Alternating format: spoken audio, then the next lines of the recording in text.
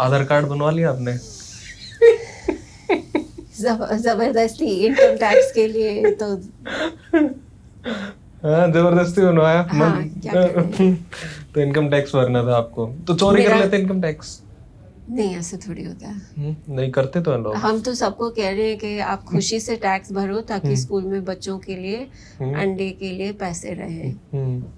तो ये आधार का क्यों आप इसके खिलाफ हो बेचारे, इस छोटे से पतले से कार्ड के पीछे? बेचारा तो खैर बिल्कुल भी नहीं है। हाँ? आप ये हथियार है ये खतरनाक बहुत। और आई डोंट नो, आपको कभी जाके दिल्ली में आप जाके देख लो, जो आधार करेक्शन सेंटर है वहाँ पे कितनी लंबी लाइन लगती है और लोग कितने परेशान हैं। बहुत दूर जाने की जरूरत नहीं है। एक प्रगति मैदान में है शायद सेंटर, और एक कश्मीरी गेट में भी है। दोनों सेंटर में आपको सिर्फ दिल्ली के नहीं, पूरे आसपास के इलाकों के लोग आएंगे, दिखेंगे जो रो रहे हैं, कगार पे नहीं है, रो रहे हैं।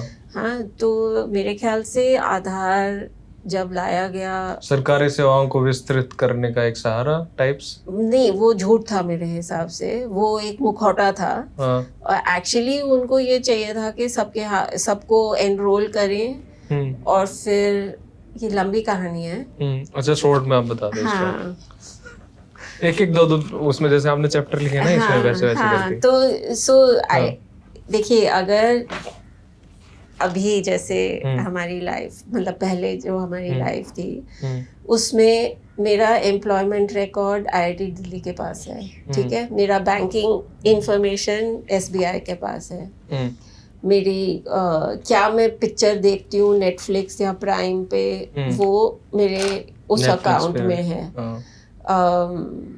इस तरह से मेरे डिजिटल तो सब कुछ था, हाँ, पर वो सब अलग अलग डिब्बों में था, साइलोज अलग अलग थे, साइलोज।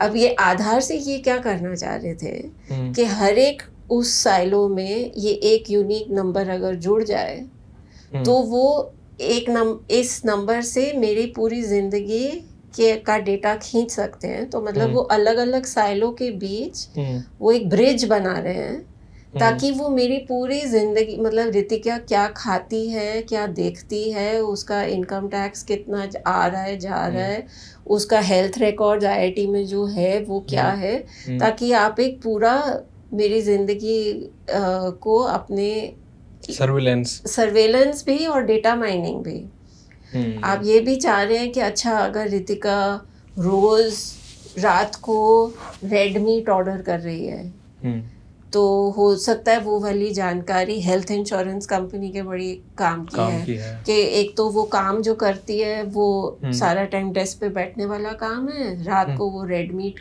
खा रही है, अगर शराब पीती है तो शराब की भी वो इन्फॉर्मेशन अगर जोड़ देंगे तो वो कहेंगे कि ये तो बहुत हाई रिस्क पेशेंट है, इसको हम इंश्योरेंस नहीं देंगे, या हम इसको इंश्योरेंस बहुत हाई प्रीमियम पे देंगे।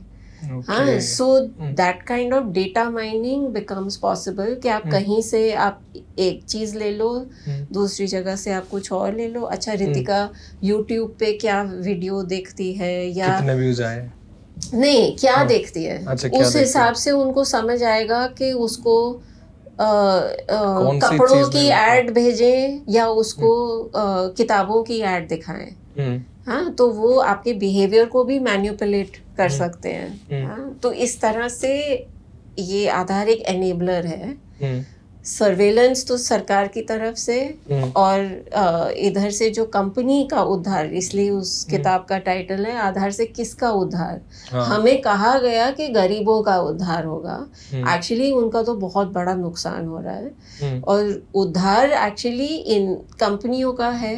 और इसके अलावा जो आपको पता नहीं आप कितनी उम्र के थे जब आधार आया, तब उन्होंने कहा मिडिलमैन, हाँ, मिडिलमैन हट जाएगा। अच्छा, हाँ, कि डायरेक्ट रितिका को बेनिफिट मिलेगा, पर एक्चुअली डायरेक्ट तो है नहीं, क्योंकि पहले आधार बनवाने के लिए मिडिलमैन है, आधार में सुधार का, कभी डेट ऑफ बर्थ, कभी एड्रेस, कभी स्पेलिंग, कभी कुछ, उसके सुधार के लिए भी मिडिलमैन है। फिर आपको अगर कोई भी बेनिफिट चाहिए तो आपको आधार को किसी ना किसी चीज से लिंक करना है, हाँ, अगर आपको राशन चाहिए तो राशन वाले डेटाबेस से लिंक करोगे, उसके लिए भी मिडलमैन है। आपको बैंक से लिंक करना है, उसके लिए भी मिडलमैन है। तो पूरी एक मिडलमैन की इंडस्ट्री बन गई है जो आधार का काम कर रही है। अच्छा, एक नया पूरा सेटअप स्टार्ट हो गया। एग्जैक्टली। तो मैंने तो ये भी कहा है कि आधार एक्चुअली आईटी सेक्टर के लिए नरेगा है। अच्छा। उनकी दाल गला रहा है, क्योंकि गांव-गांव में 2-2, 4-4 इस तरह के कियोस्क आपको मिलेंगे जो यही काम कर रहे हैं। सरकारी रेट 50 रुपए है, वो 100 रुपए, 500 रुपए कुछ भी मांग सकते हैं। हाँ, जो मुफ्त सेवा है उसके लिए भी थोड़े 10-20 रुपए ले लेते हैं, और हर बार आपको लोगों को भगाते रहते हैं कि अब ये ठीक करो, अब वो ठीक करो, अब EKYC करो, अब कुछ तो ये सरकार हमारे साथ ऐसा खेल क्यों खेल रही है? क्यों खेलना चाह रही थी वो जब 2009 से स्टार्ट हुआ? तो मेरे ख्याल से क्यों हम एक सर्विलेंस स्टेट बनने की ओर अग्रसर हैं? ये सिर्फ सर्विलेंस स्टेट की बात नहीं थी, वो डेटा माइनिंग की बात है। मतलब वो अपने मुनाफे के लिए, प्रॉफिट के लिए कर रहे थे। पर क्यों किया, अब ये तो हमारे लिए बाहर से समझना मुश्किल है। पर थोड़ा हम हाइपोथेटिकली के काफी लोग मान गए, जो इन्होंने मुखौटा लगाया ना कि इससे नरेगा में सुधार होगा, PDS में सुधार होगा। तो कुछ लोग हो सकता है वो मान गए कि हाँ इससे होगा, तो इसलिए उन्होंने कर दिया। क्या यही चीजें वोटर कार्ड के थ्रू नहीं हो सकती थी?